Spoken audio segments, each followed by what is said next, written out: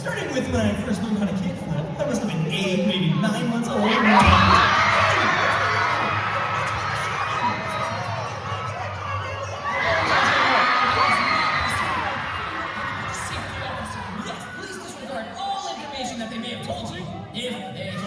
So we can find a proper replacement, please focus your attention to our backup homunculus series mandatory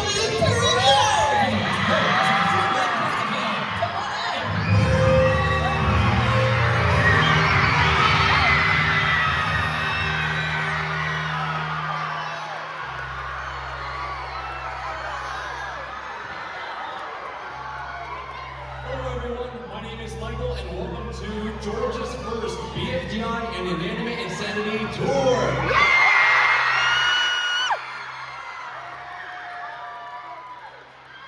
Thank you guys all for coming, but are you ready to watch BFDI, the power of 224?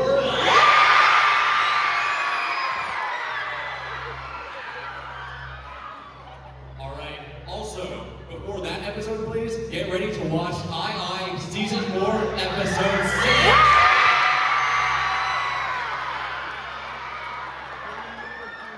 Alright, after both episodes play, we'll be holding a Q&A so you can ask the creators of both shows any questions you want. So, get your questions ready! Alright, I just asked, please don't film the episodes and enjoy the show!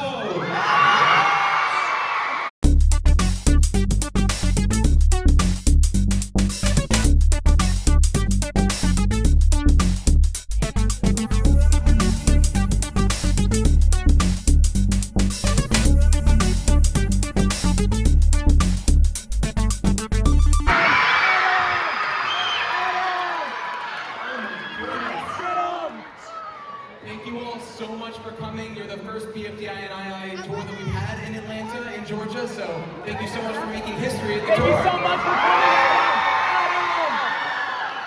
Incredible. Oh my gosh, you were an electrifying audience. Thank you so much for all the enthusiasm. Speaking of enthusiasm, are you enthusiastic for the Q&A? Yes! All right, we're going to get to the panelists right now. You know him as the designated human for today, the creator of BFDI, Michael Wong.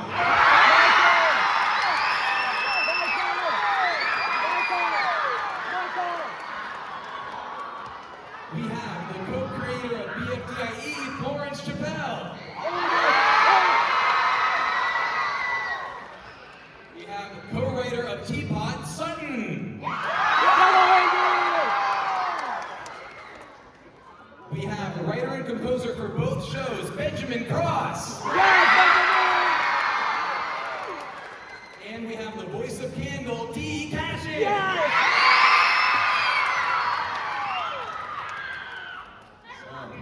So we're going to do a really quick intro, just some voices we do, who we are, and then we'll jump right in. We're going to start with Michael. All right, howdy everyone. My name is Michael, and 16 years ago, my brother and I created BFDI. You might know me as the voice of Pencil in this episode.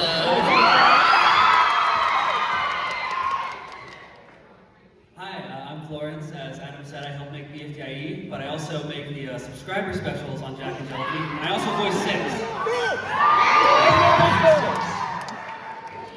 Hi, I'm Sutton, but you also might know me as Yellow and Hero. I help write on Teapot with Sam and Animator, but I don't voice a character, but I make Paper Puppets Take Two. I love Paper Puppets Take Two! My name's Ben. I'm a writer on Inanimate Insanity. I've written songs for both shows. I'm also the voice of Blue! Hi, Blue! I'm the voice of Purple Face in Teapot. Hi guys, my name is Dee. You might recognize me from Inanimate Insanity as Marshmallow. I also spend a lot of time with Candle as well. And don't forget about me, Clover's here too. Hi, Clover! And save the best for last, Cheesy. And I'm Adam. I'm the creator of Inanimate Insanity, and some voices I like. Oh, I love Testy. Testy! Thank you. But a new favorite of mine has to be Sidewalky. Oh, yeah! Well, thank you all so much. We have 4 microphones here, here, here, and here, so we're going to do that fun box formation. We're going to start right over here.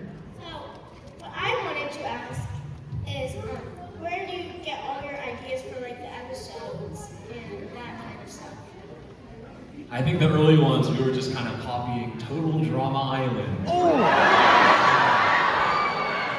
I know there were episodes of that show where people are balancing on a pole, they try to stay on as long as you can.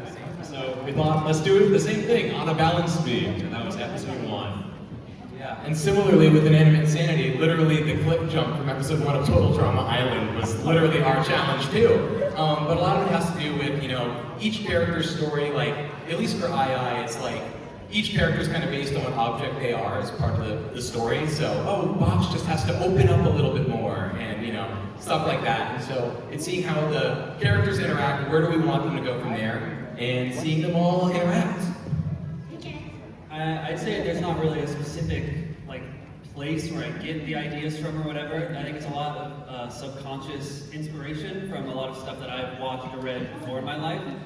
And one thing I would like to say about that is that it's kind of like a muscle where if you spend your time thinking and brainstorming, it gets easier to you. You can start thinking of things faster. Thank you. Thank you. Great question. Right over here. Nice. All right, so my question is, are we going to get to see more Donut, or are we going to get to see what his diary, we're going to get to see what's in his diary, and also, I think him merging with numbers will be relevant in Teapot 2511.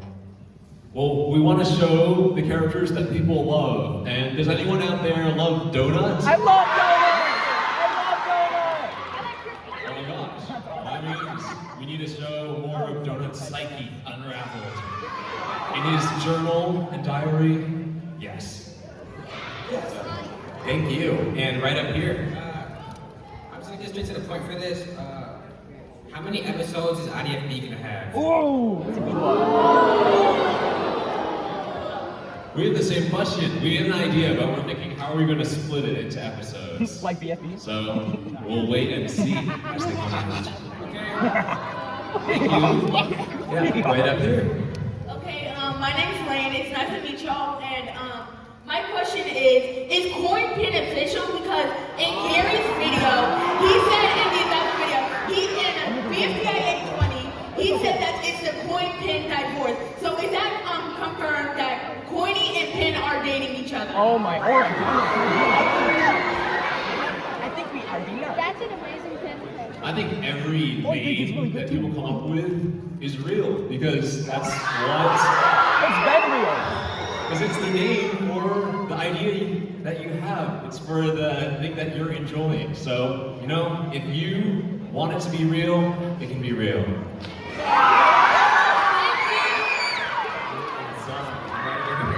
If you ever made a non-existing plushie, how would you make it? Wait, that's true. I love it. Right now. Right here. It's so fuzzy. You get a non-existing. You get a non-existing.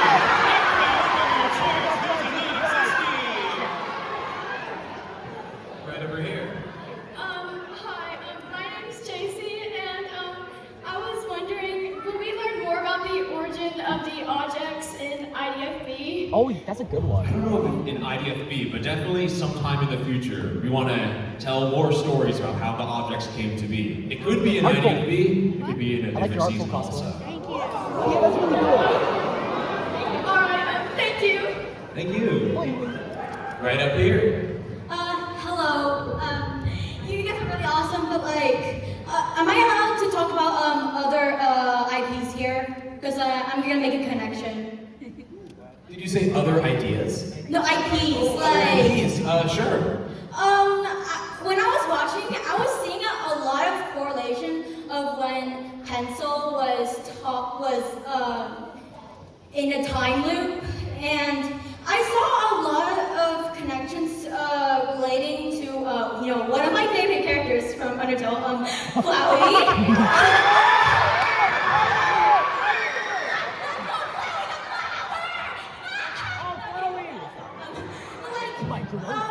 Did Flowey have any inspiration? Giving you any inspiration for Pencil's time loop art? Well, this makes me wish that our writer-director Sam Thornbury was here, because he's the only one who knows what was going on in his brain when he was writing it. But Where's Karen? Definitely, I am a fan of Flowey from Undertale.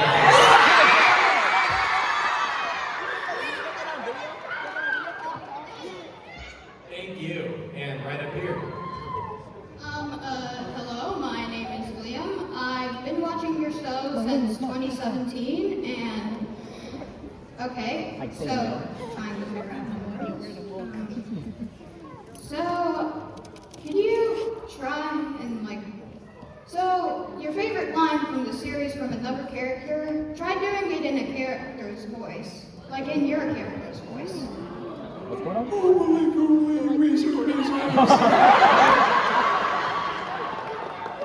Good going, match. Now our stupid tests are stupidly on stupid fire.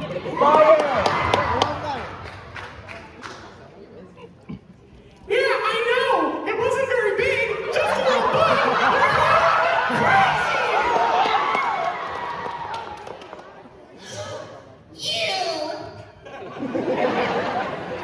What was that one? Greetings and salutations! Thank you. Yeah, right here. Hi, my name is Pretzel, and I'm making an object show as well, and one of my main struggles is keeping up with everything, because I don't really have any app or anyone to help me on the object show, and I just kind of struggle with motivation. So how would I keep up with that better? Well, first of all, I think it's awesome that you're making an object show. I definitely hope it goes far. We love the object show completely.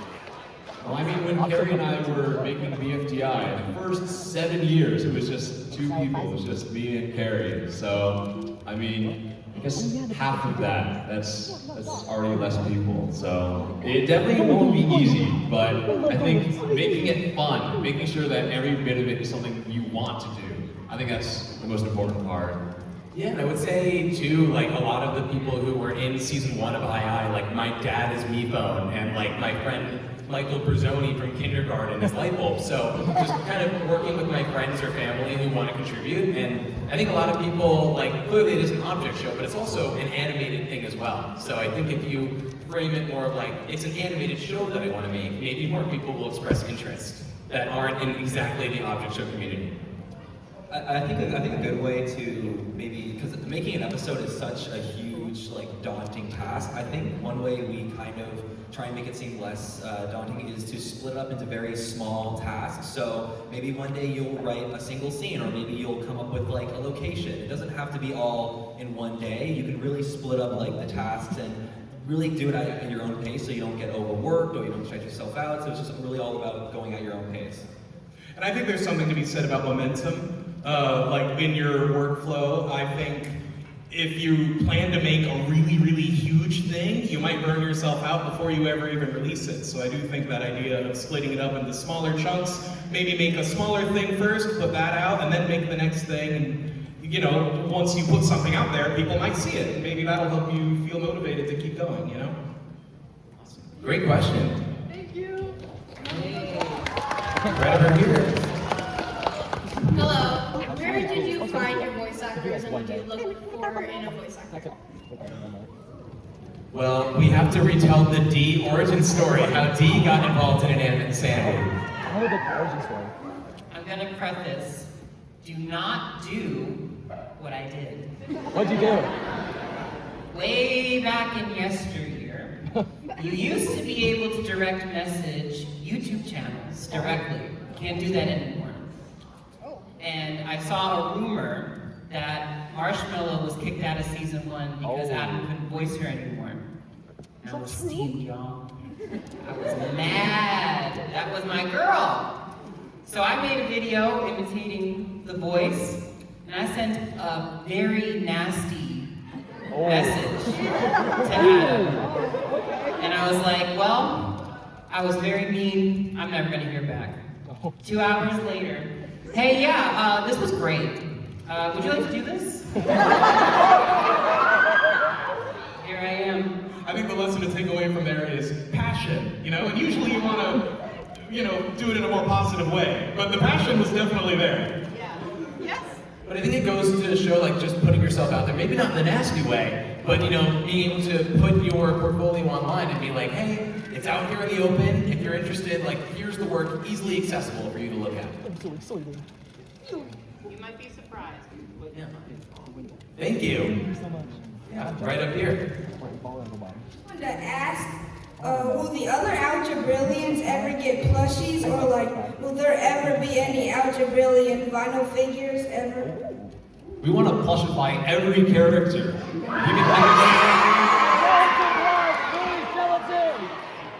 And those include Black Hole.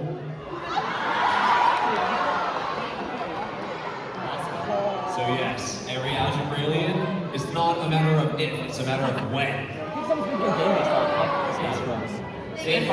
Thank you, and vinyl figures too. Yeah, right up here. Hi. How would you say the flowers in one's realm smell like? Oh, that's a good question. I don't know a whole lot about flowers. I know there are probably people in here who know way more than I do.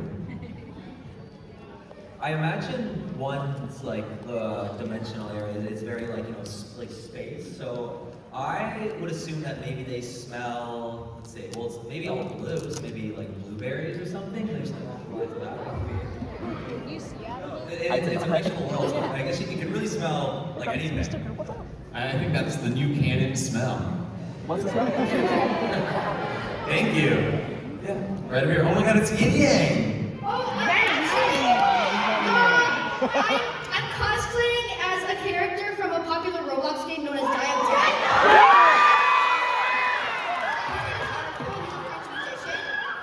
Even better, but it looks amazing. Okay, anyways, hi, I'm really happy to be here. Do you guys have any like favorite ship pairings? It doesn't have to be canon or anything. I just want to know, like, do you have any favorite like pairings? Oh boy, do I. I want to hear. I was fighting for PJ for years. But also, I'm a huge silver candle person. I was waiting for that question. I know Brian isn't here, but I love doing the test tube band proposal scene.